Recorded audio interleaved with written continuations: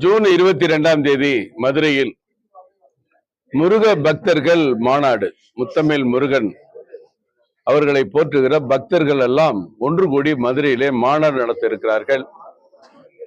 தமிழகத்தில் இருக்கிற இந்து அமைப்புகள், முருகர் அவர்களை போற்றுகிற அமைப்புகள், பாத யாத்திரை குழுக்கள், காவடி எடுத்து செல்கிற மக்கள், தைப்பூச காவடி எடுத்து செல்கிற மக்கள், பல்வேறு ஆன்மீக அமைப்புகள் இந்த மாநாட்டிலே கலந்து கொள்வார்கள் என்று எதிர்பார்க்கப்படுகிறது.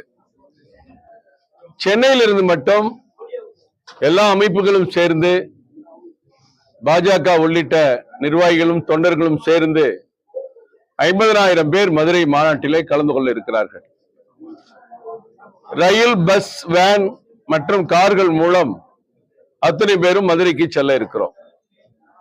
அந்த மதுரைக்கு செல்வது எப்படி பஸ் ஏற்பாடு செய்வது, எப்படி செல்வது, எத்தனை மணிக்கு செல்வது, நிகழ்ச்சி நிரல் என்ன என்றெல்லாம் கலந்து ஆலோசிக்கிற கூட்டம் சென்னையிலே மாவட்டம் தோறும் நடைபெறுகிறது. இன்றைக்கு மாவட்ட தலைவர் குமார் தலைமையில் சென்னை கிழக்கு மாவட்டம் கூட்டம் நடைபெற்றது.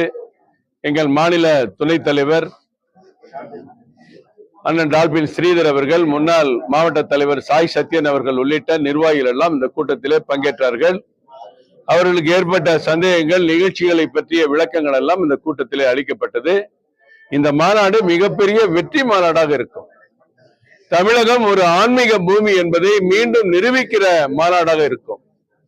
இந்த மாநாட்டிலே கலந்து கொள்கிற அனைவருமே அரசியல் சால்பட்டு உணர்வுபூர்வமாக தமிழ் கடவுள் முருகனை போற்றுகிற மக்கள் எல்லாம் அங்கே ஒன்று கூட இருக்கிறார்கள்.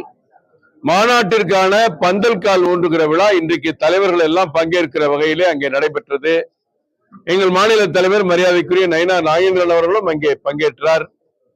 அத்தோடு அங்கே கலை நிகழ்ச்சிகள் நடைபெற இருக்கிறது. அறுவடை வீடு திருக்கோவில்களுடைய மாதிரி வடிவங்கள், அங்க இருக்கிற முருகனுடைய வடிவங்கள் எல்லாம் அமைக்கப்பட்டு மாநாட்டில் கலந்து கொள்வதெல்லாம் பார்த்து தரிசிக்கிற வகையில் ஏற்பாடுகள் நடைபெற்று வருகிறது. மிகப்பெரிய மாநாடாக தமிழக வரலாற்றில், ஆன்மீக வரலாற்றில் இந்த முருக பக்தர் மாநாடு இடம்பெறும் என்பது, வரலாற்று சிறப்பு பெறும் என்பது உறுதி.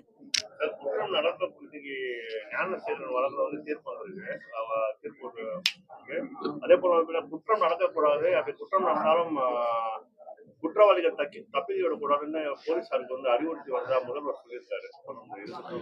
இல்ல, முதல்வரே வேடிக்கையா சொல்வது ஆச்சரியமா இருக்கு. இன்னும் முதலமைச்சரே எல்லா விசாரணையும் பார்த்து விசாரணைக்கு ஏற்பாடு பண்ணி கண்டிப்பா தண்டனை கிடைக்கும் அப்படின்னு அவர் உறுதியா இந்த கேஸை பத்தி அடிக்கடி பேசின மாதிரி அவர் பேசுறது ஆச்சரியமா இருக்கு. முதல்ல தமிழக காவல்துறை மேலே ஒரு நம்பிக்கை இல்லாத வகையில தான் இந்த கேஸ் தொடங்கப்பட்டு வேற பிரிவுக்கு மாற்றப்பட்டு இன்றைக்கு அவர் ஒருத்தர் தான் இதுல குற்றவாளியா, அவர் பேரு குற்றவாளி என்று இன்றைக்கு நீதிபதி சொல்லி இருக்கிறார்கள். எல்லாரும் எழுப்புற கேள்வி மாதிரி யார் அந்த சாருங்கிற ஒரு கேள்வி இன்னும் இருக்கு. அந்த சார் யாருங்கிறது தீர்ப்பு சொல்ற அன்னைக்கு குற்றத்துக்கு தண்டனை என்ன, குற்றவாளின்னு சொல்லிட்டீங்க. பொள்ளாச்சியில மாதிரி எதிர்பார்த்தோம். பொள்ளாச்சியில காலையில தீர்ப்பு சொன்னாங்க, 12:30 மணிக்கு தண்டனை தருவேன்னு சொன்னாங்க, 12:30 மணிக்கு கொடுத்துட்டாங்க. ஆனா இப்ப இன்னைக்கு காலையில குற்றவாளின்னு சொல்லியாச்சு. ஆனா தண்டனை விவரங்கள் ஒரு 4 நாள் கழித்து சொல்ல போகிறார்கள், 2ஆம் தேதி சொல்ல போகிறார் என்று சொல்லி இருக்கிறார்கள். என்ன சொல்ல போறாங்க, அதுல யார் அந்த சாருங்கிறது தெரியுமா, பொள்ளாச்சி தீர்ப்பு மாதிரி இந்த தீர்ப்பு இருக்குமா, இப்படி பல கேள்விகளை மக்கள் கேட்டுக்கொண்டிருக்கிறார்கள்.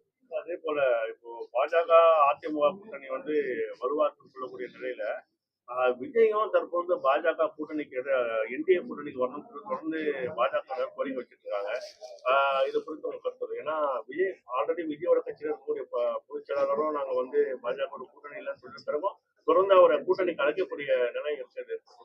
எங்க தமிழ்நாட்டுல கூட்டணி என்பது எங்களுடைய தேசிய தலைவர், முக்கியமாக மாண்புமிகு உள்துறை அமைச்சர் அமித்ஷாஜி அவர்கள் நேரடியாக அண்ணா திராவிட முன்னேற்ற கழக பொதுச் செயலாளரையும், எங்கள் மாநில தலைவர் அன்றைய தலைவராக பொறுப்பேற்க இருந்த நயினா நாகேந்திரன் அவர்களையும், முன்னாள் தலைவர் திரு அண்ணாமலை அவர்களையும், அவருடைய அண்ணன் இபிஎஸ் அவர்களோடு வந்த முன்னாள் அமைச்சர்களை எல்லாம் வைத்துக்கொண்டு, எல்லா நிர்வாகிகளையும் வைத்துக்கொண்டு அமித்ஷாஜி அவர்கள் என்ன சொன்னார்கள், இந்த கூட்டணி பாஜக அதிமுக கூட்டணி உருவாகி இருக்கிறது, இந்த கட்சி வெற்றி பெறும், இந்த கூட்டணி வெற்றி பெறும், 2026 திமுகவை ஆட்சியை விட்டு அகற்றுவோம், அது ஒன்றுதான் லட்சியம் நோக்கம்னு சொன்னார்ல, அதுதான் இன்னைக்கு வரைக்கும் இருக்கு.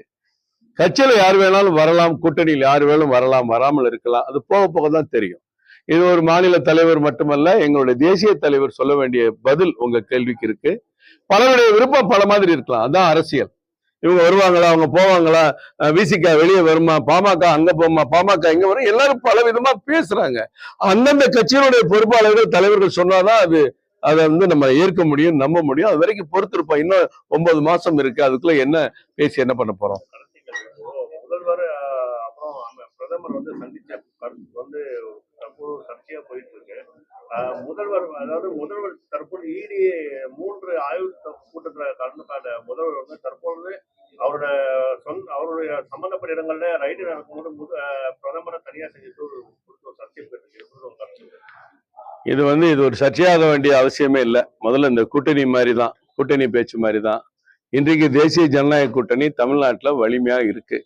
தேசிய ஜனநாயக கூட்டணி ஏற்கனவே இருந்த பாமக, தமிழ் மாநில காங்கிரஸ், டிடிவி தினகரன் அவர்கள், ஓபிஎஸ் அவர்கள், ஐயா பாரிவேந்தர் அவருடைய இயக்கம், ஏசி சண்முகனுடைய புதிய நீதி கட்சி, ஜான் பாண்டியன் அவருடைய கட்சி, இது எல்லாமே இருக்காங்கல்ல. யாராவது இந்த கூட்டணி இல்ல அப்படின்னு யாராவது சொல்லியிருக்காங்களா? எல்லாம் இருக்காங்க. இப்ப கூடுதலாக அண்ணா திராவிட முன்னேற்ற கழகம் மிகப்பெரிய கட்சியும் இணைந்து ஒரு வெற்றி 26 சாதிக்க இருக்கும்.